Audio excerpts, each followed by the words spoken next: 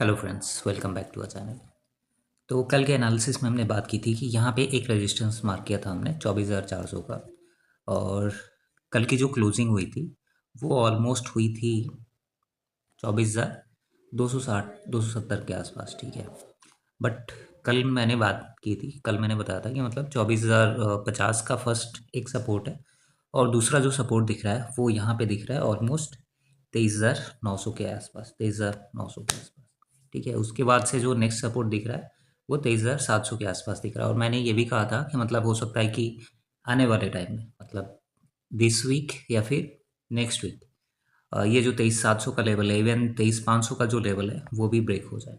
But अभी देखें तो आज की जो क्लोजिंग हुई है वो ऑलमोस्ट 23,850 के आसपास हुई है, ठीक है। तो अभी बहुत सारी चीज़ें हैं बात करने के लिए, तो एक एक करके सब पे थोड़ा सा बात करते हैं। तो अभी जो सबसे बड़ी न्यूज़ है वो ये है कि इंडिया और मतलब यूएस का जो ऑयल रिफाइनरी इन्वेस्टमेंट डील हुआ है ऑलमोस्ट 300 बिलियन का, जिसमें रिलायंस ही सब मेजर प्लेयर है। मतलब मेजर क्या, वही है। रिलायंस और यूएसए के बीच में जो डील हुई है $300 बिलियन की, ठीक है। तो रिलायंस वहाँ पे यूएस में इन्वेस्टमेंट करने वाला है, जिसकी वजह से रिलायंस को 6 मिलियन बैरल्स जो रशियन ऑयल है वो खरीद पाएगा। तो कुल मिला के जो डील है काफ़ी अच्छी है, ठीक है। मतलब काफ़ी दिन से बात हो रही थी, और मुझे लगता है कि आने वाले टाइम में रिलायंस के ऊपर काफ़ी अच्छा एक इम्पैक्ट पड़ेगा आने वाले टाइम में। बट इसका कुछ खास इम्पैक्ट हमें रिलायंस के शेयर्स पे देखने को नहीं मिला आज, ऑल्दो डील हो चुकी है, मतलब काफ़ी टाइम पहले से चल रही थी बात। और दूसरी चीज़ ये है कि मतलब अभी जो जैसे लास्ट के वीडियोस में भी बताया था मैंने कि इसराइल जो है वो साउथ लेबनान पे अटैक कर रहा है। मतलब बहुत सारे अटैक्स वगैरह चल रहे हैं। तो अभी जो देखें तो मतलब अल जज़ीरा का रिपोर्ट है कि 1,300 लोग मर चुके हैं, ठीक है। 1,300 लोग ईरान में। और जो इसराइल ने बॉम्बिंग की है उससे ऑलमोस्ट 20,000 हाउस बर्बाद हो चुके हैं। तो मतलब 20,000 बिल्डिंग्स पे, मतलब 20,000 बिल्डिंग्स डैमेज हुई हैं, 20,000 सिविलियन बिल्डिंग्स। तो अगर 20,000 बिल्डिंग्स डैमेज हुई हैं और नंबर 1,300 का है, तो मतलब ये नंबर बहुत ज़्यादा है। हो सकता है कि 3,000 हो, 5,000 हो, 10,000 हो, कोई नहीं जानता। तो ये जो वॉर है वो और ज़्यादा एस्केलेट होते जा रहा है, ठीक है। अभी अगर हम ग्लोबल मार्केट की बात करें तो डाउ जोन्स पॉजिटिव क्लोज हुआ था, S&P 500 नेगेटिव था, नैस्डैक ऑलमोस्ट फ्लैट ही था, ठीक है। उसके बाद से हम निफ्टी का हमने देख ही लिया, निफ्टी का भी ऑलमोस्ट नेगेटिव क्लोज हुई है। उसके बाद से अगर हम हैंग सेंग मार्केट देखें, नेगेटिव है, ठीक है। इंडियन मार्केट तो बहुत बुरी तरीके से गिर रहा है। मतलब बहुत पहले मैंने बताया था कि 24,000 पॉसिबल है, इवन 22,000 तक जा सकता है। अभी देखें तो आज 400 पॉइंट गिर गया। स्टार्टिंग में फ्लैट ओपनिंग हुई थी, मतलब 50 पॉइंट नेगेटिव था। उसके बाद से लगातार फॉल होते होते 400 पॉइंट तक। तो इस वीक की भी मैं बात करूं या फिर कल की मैं बात करूं, तो कल का जो सपोर्ट दिख रहा है वो 23,700 का है। अगर ये ब्रेक होता है फिर हमें एक नया मतलब न्यू ग्लो देखने को मिलेगा, ठीक है। क्योंकि अभी देखें तो अभी जो इस वीक का लो बना था ऑलमोस्ट 23,700 के आसपास, यस 23,697, 3690 के आसपास। तो वो अभी ब्रेक हो जाएगा, और आने वाले टाइम में जो सपोर्ट दिख रहा है वो सपोर्ट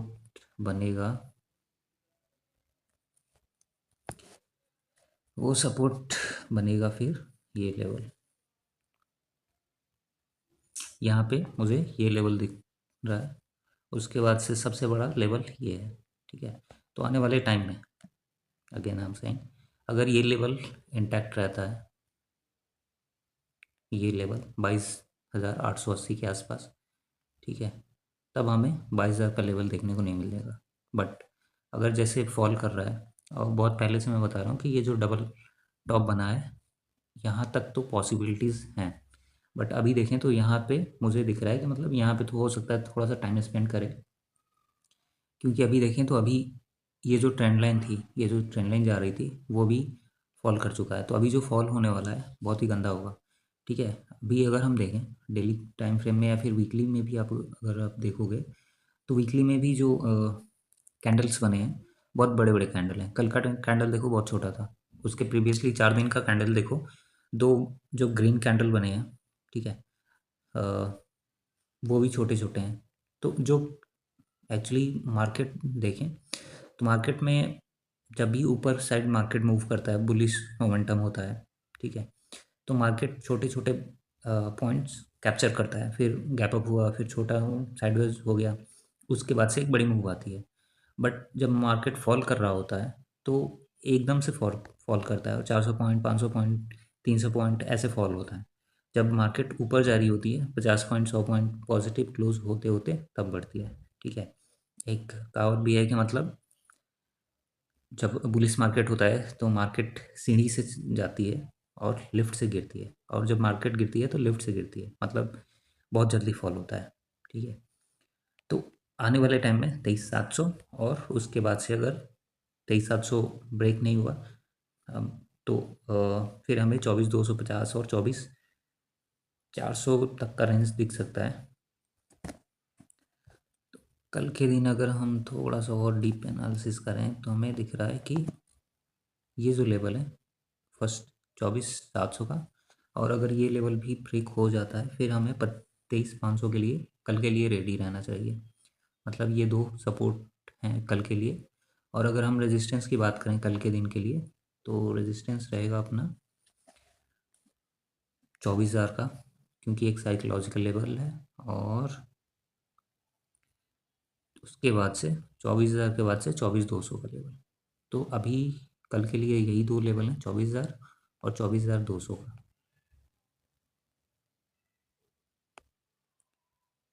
यहाँ पे ये हो गया 24,000 का फर्स्ट रेजिस्टेंस, और 24,200 का सेकंड रेजिस्टेंस कल के लिए। उसके बाद से अभी बेसिकली अभी देखें तो RSI जो है 15 मिनट टाइम फ्रेम पे 29 के आसपास आ चुका है। उसके पहले देखें तो उसके पहले ऑलमोस्ट 17-18 तक गया था, फिर वहाँ से ऑलमोस्ट अगर हम देखें तो 23,700 से 24,300, ऑलमोस्ट 600 पॉइंट की रैली हुई थी। बट अभी फिर देखें, फिर से ये उसी लेवल पे आ चुका है। तो अगर ये फिर से 23,700 के लेवल पे आता है तो एक रिवर्सल पॉसिबल है, रिवर्सल हो सकता है, या फिर मार्केट हो सकता है कि थोड़े टाइम के लिए साइडवेज चला जाए, ठीक है। तो अगर वो रिवर्सल होता है तो हो सकता है कि इस बार उतना बड़ा नहीं होगा, तो हो सकता है कि मतलब 24,000 तक जाए।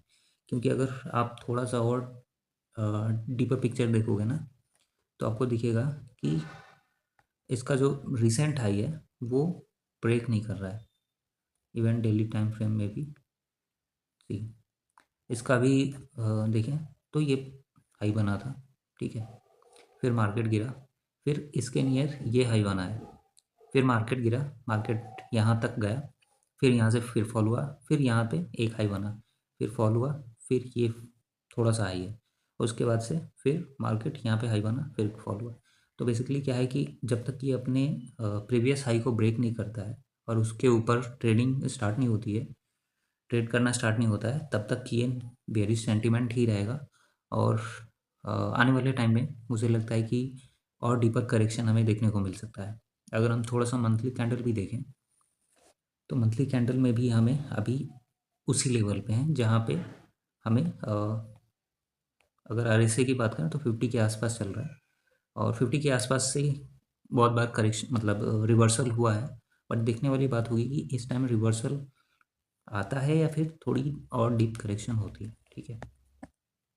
अगर डीप करेक्शन होती है तो 22,880, मतलब यहाँ से 1,000 पॉइंट और नीचे, और अगर उससे भी नीचे आता है मतलब 22,880 का लेवल अगर ब्रेक होता है, फिर फर्दर 1,000 पॉइंट का फॉल हमें देखने को मिल सकता है। यानी कि अभी भी डाउन साइड चांसेस हैं कि मतलब 2,000 पॉइंट नीचे गिर सकता है। अगर मैं ऊपर की बात करूँ तो 24,800 एक मतलब बहुत बड़ा रेजिस्टेंस है, 24,800 से लेकर 25,000 तक का, ठीक है।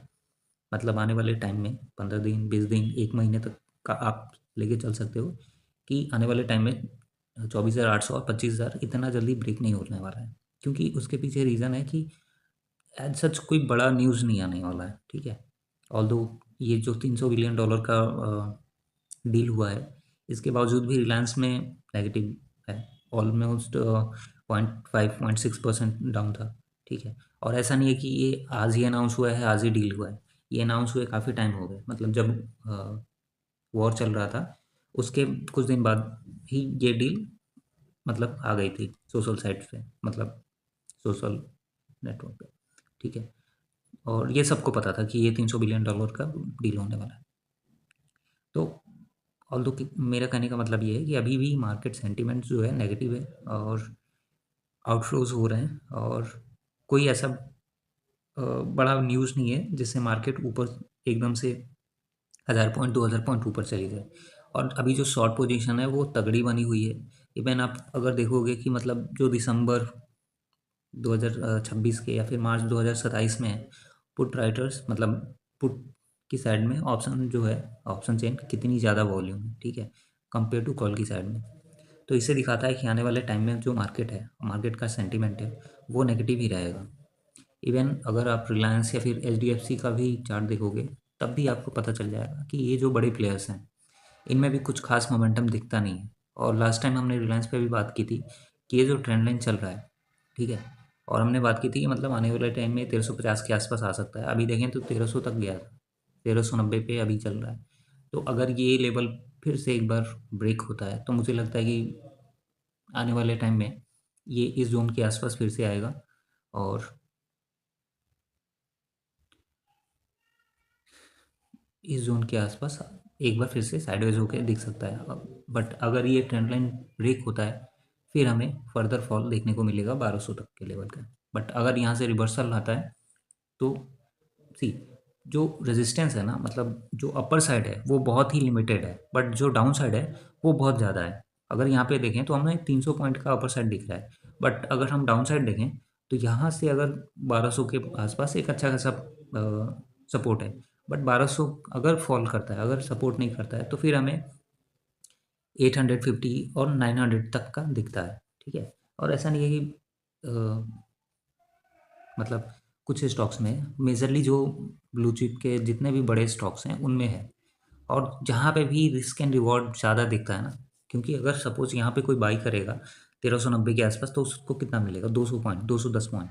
बट अगर वो शॉर्ट पोजीशन बनाता है तो उसको ईजिली, एक तो इस जोन तक भी आ गया तो 100 पॉइंट ईजिली मिल जाएंगे। बट अगर फेल हो गया तो यहाँ से बहुत ज़्यादा दिख रहा है, मतलब ऑलमोस्ट देखें तो 600 पॉइंट ईजिली मिलेंगे, 600-500 पॉइंट।